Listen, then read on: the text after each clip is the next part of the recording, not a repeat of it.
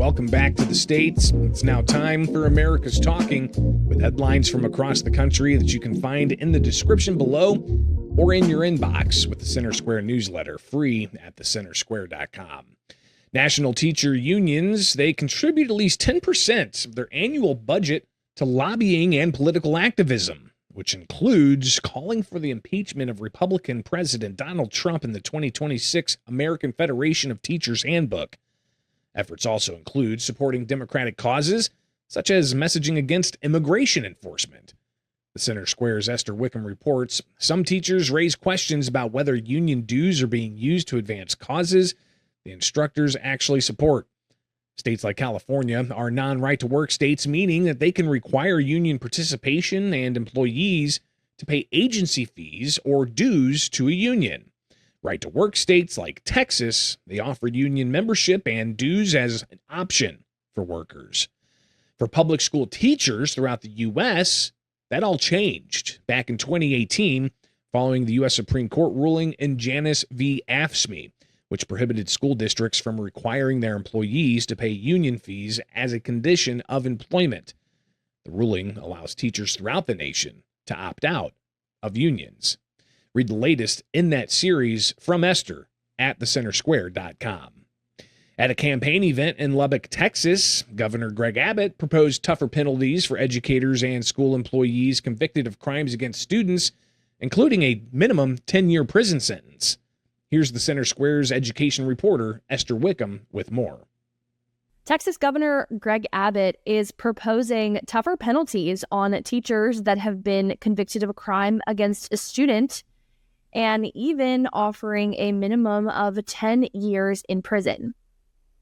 This proposal would increase criminal penalties for individuals convicted of improper relationships with students to a minimum of 10 years in prison and requiring them to register as sex offenders.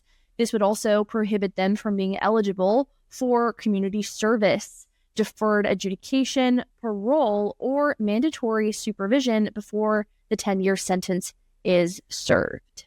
The Center Square previously reported a new misconduct tracker titled the Education Misconduct Reporting Portal, which allowed more transparency and accountability throughout the state of Texas to figure out where teachers were going after they had a report of some misconduct at a school, because it was found that some of the teachers would then leave that school district and go to another school district and continue those inappropriate misconducts. And so this kind of portal created more transparency and accountability. The portal was launched back in September of 2025 and has since then reported over 16,000 misconduct reports.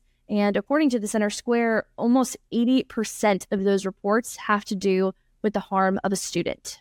Now, the Texas Governor Abbott and many other lawmakers in the state of Texas hope that this initiative goes beyond the state of Texas and kind of impacts other school districts and other state lawmakers to protect and provide accountability for families and for students that have endured this heinous misconduct and inappropriate relations with supervisors, with teachers. And so Governor Abbott hopes to provide these tougher penalties to, quote, protect students and lock up predators.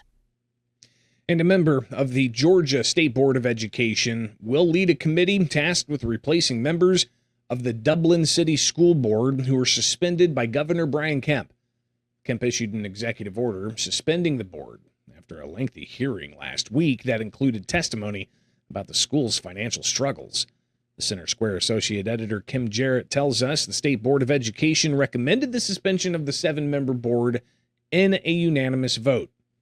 Now, the board is required by law to hold a hearing when a school or school system is a step away from losing its accreditation and make a recommendation to the governor. Now, a nonprofit that evaluates schools for accreditation listed the Dublin City School Board as accredited with conditions, and that was given to the school board back in April. Now, the Dublin City school system, it has 2,300 students. And that's just some of what America is talking about. You can get these and other headlines at thecentersquare.com. From my studios in Central Illinois, I'm Greg Bishop.